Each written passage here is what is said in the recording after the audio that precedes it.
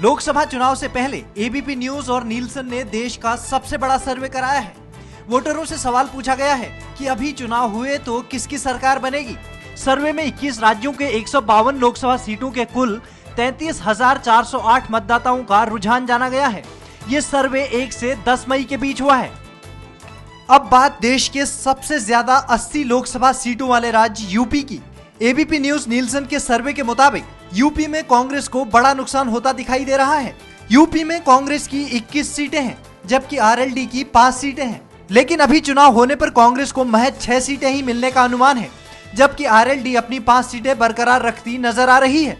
यानी दोनों के खाते में सिर्फ 11 सीटें ही आती दिख रही हैं। वहीं बीजेपी को 13 सीटों का बड़ा फायदा दिख रहा है। सर्वे में उसे 23 सीटें मिलती नजर आ रही हैं, जबकि बीएसपी और एसपी को एक सीट की बढ़त की संभावना है।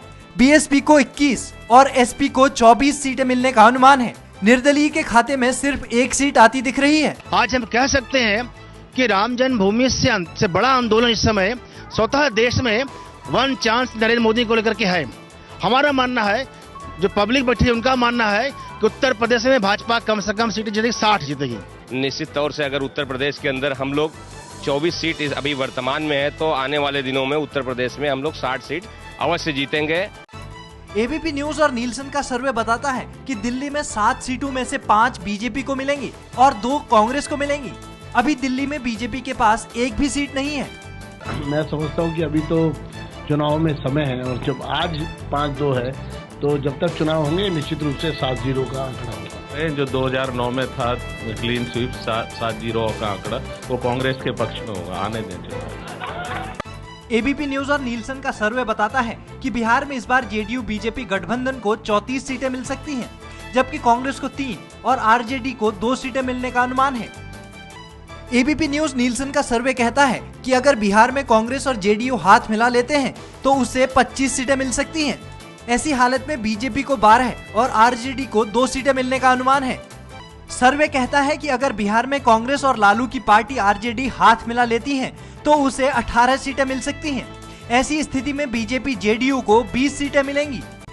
सर्वे में ये भी निकल कर आया है कि अगर कांग्रेस और आरजेडी साथ चुनाव लड़ेंगे तो उसे 23 सीट मिलेंगी, जबकि बीजेपी और जेडीयू अलग अलग रहे तो बीजेपी को 6 और जेडीयू को 9 सीटें मिल सकती हैं।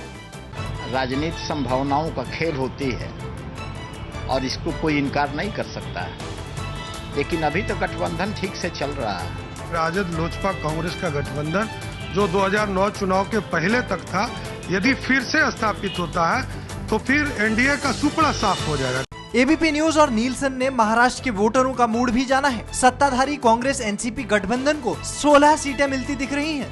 वहीं बीजेपी शिवसेना गठबंधन को 29 सीटें मिलने का अनुमान है। बीजेपी को 17 और शिवसेना को 12 सीटें मिल सकती हैं। एबीपी न्यूज और नीलसन का सर्वे कहता है कि अगर महाराष्ट्र में कांग्रेस और एनसीपी अलग अलग चुनाव लड़े तो बीजेपी गठबंधन को 30 सीटें मिलेंगी, जबकि कांग्रेस को 10 और एनसीपी को 4 सीटें मिल सकती हैं।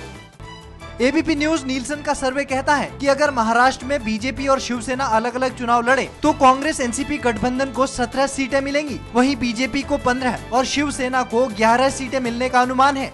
सर्वे में ये भी निकला है कि अगर बीजेपी का गठबंधन राज ठाकरे की पार्टी एमएनएस से होता है तो इसे 18 सीटें मिलेंगी, वहीं कांग्रेस गठबंधन को 16 और शिवसेना को 12 सीटें मिल सकती हैं।